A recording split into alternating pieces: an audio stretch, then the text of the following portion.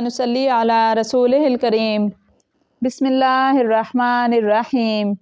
Rabbi इश्रह ली सदरी व यस्सिर ली अमरी वहलुल उक़दतम मिन लिसानी यफ़क़हू क़ौली। अस्सलामु अलैकुम।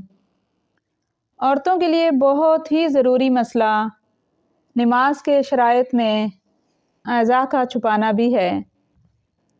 इसमें मर्द और औरत का हुक्म अलग अलग है। नाफ से लेकर घुटने के ख़त्म तक मर्दों को छुपाना फ़र्ज़ है और औरतों को सारा बदन छुपाना फ़र्ज़ है। पेट, पीठ, कमर, सर, सीना, बाजू, बाहें, पिंडलियाँ, कंधे, गर्दन वगैरह सब ढकने चाहिए।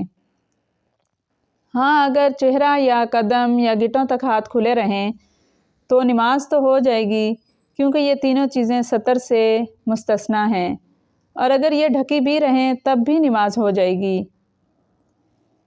बारीक कपड़ा पहनना शरअन बुरा है, यानी जिस कपड़े से बाल और जिस्म नज़र आए वो कपड़ा ना पहनने के हुक्म में है और इससे सतर नहीं होता। आजकल औरतें लिबास शरई के तकाज़े के मुताबिक लिबास नहीं पहनती, बल्कि रवाज के मुताबिक चलती हैं। बारीक दुपट्टे तो आम हालात में ही ओढ़े रहती हैं और नमाज भी इन्हीं से पढ़ लेती हैं। सर और गर्दन और हलक के नीचे का बहुत सा हिस्सा इसमें नज़र आता रहता है। इस तरह नमाज बिल्कुल नहीं होती।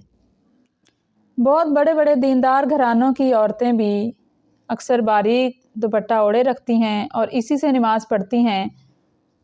और फिर सबसे बड़ी अजीब बात यह है कि अगर एक दूसरे से बात की जाए कि इस तरह नमाज नहीं होती, तो उसमें फिर बहस शुरू हो जाती है कि क्या दुपट्टे पे ही नमाज मुनहसर है, या हम इस तरह करेंगे या उस तरह करेंगे तो ही नमाज होगी। बस नमाज है, पढ़ लेंगे तो हो जाएगी।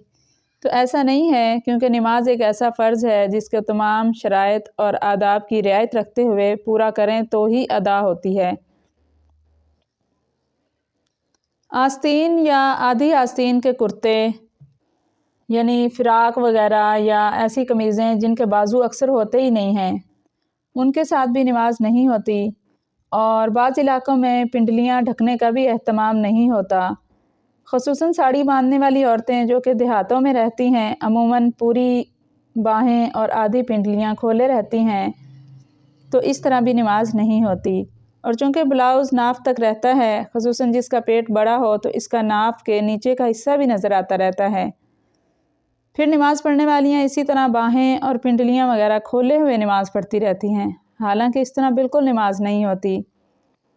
खुदा न खास्ता अगर बारीक कपड़े का फ़ैशन छोड़ना गवारा ना भी हो हमें, तो भी नमाज के वक़्त खूब बड़ी या मोटी चादर जो है वो ओढ़ लेनी चाहिए। नमाज के एहतमाम में से ये बात भी है कि नमाज के लिए ऐसा एक अलग जोड़ा होना चाहिए, या ऐसी साफ़ सुथरी अलग चादर होनी चाहिए जो नमाज के टाइम पे ओढ़ के नमाज पढ़ ली जाए, जिससे पूरा सर और पूरे सर के बाल, गर्दन, गला, सीना और पूरी बाहें ढक जाया करें। इसी तरह नीचे की जानिब टखनों समेत पूरा हिस्सा मोटे कपड़े से ढांक लिया करें। यानी मोटे कपड़े से ढांकने का मतलब ये नहीं है कि वहाँ अलग से जो है कोई कपड़ा बांधा जाएगा या कोई पट्टी शट्टी बांध ली जाएगी, ऐसा नहीं है। बल्कि आजकल तो जैसे फ़ैशन ही बन गया है कि ट्राउज़र जो है वो भी पिंडलियों से ऊपर होता है, या पजामा वगैरह जो भी पहना जाता है वो पिंडलियों से ऊपर होता है, यानी टखने नंगे होते हैं। तो टखने चौंके जो है ये हिस्सा भी सतर में शामिल है, इसलिए हमें ऐसा पजामा या ऐसी शलवार वगैरह पहननी चाहिए जिससे हमारे टखने भी ढके हुए हों। नाफ के नीचे वाली जगह के ढांकने का और रान और पिंडलियाँ मोटे कपड़े से ढांकने का एहतमाम करें। यूँ तो हर वक्त ही पूरे एज़ा का मोटे कपड़े से ढांके रहना लाजिम है, लेकिन नमाज के वक्त तो ख़ास एहतमाम कर ही लिया करें, ताकि नमाज जो है वो ज़ाया तो ना हो। ऐसा ना हो कि सिर्फ़ और सिर्फ टकरे मारते रहें और नमाज कबूल ही ना हो, नमाज का सवाब ही ना हो।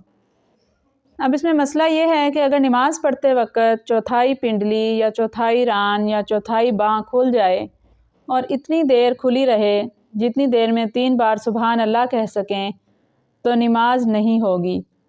यानी मतलब ये है कि जैसे एक बाजू जो है उसके हम 4 हिस्से करें तो वो उसका चौथाई हिस्सा बनता है, تو بازو جو ہے وہ مکمل گھٹوں تک جو ہے وہ ڈھکنا ضروری ہے۔